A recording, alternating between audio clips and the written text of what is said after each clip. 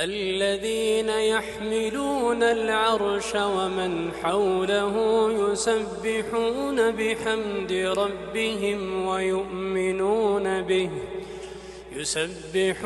بحمد ربهم ويؤمنون به ويستغفرون للذين آمنوا ربنا وسعت كل شيء رحمة وعلما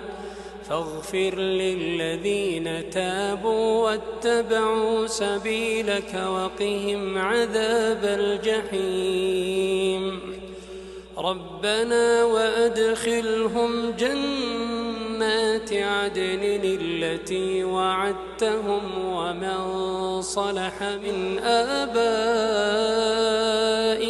وأزواجهم وذرياتهم إنك أنت العزيز الحكيم.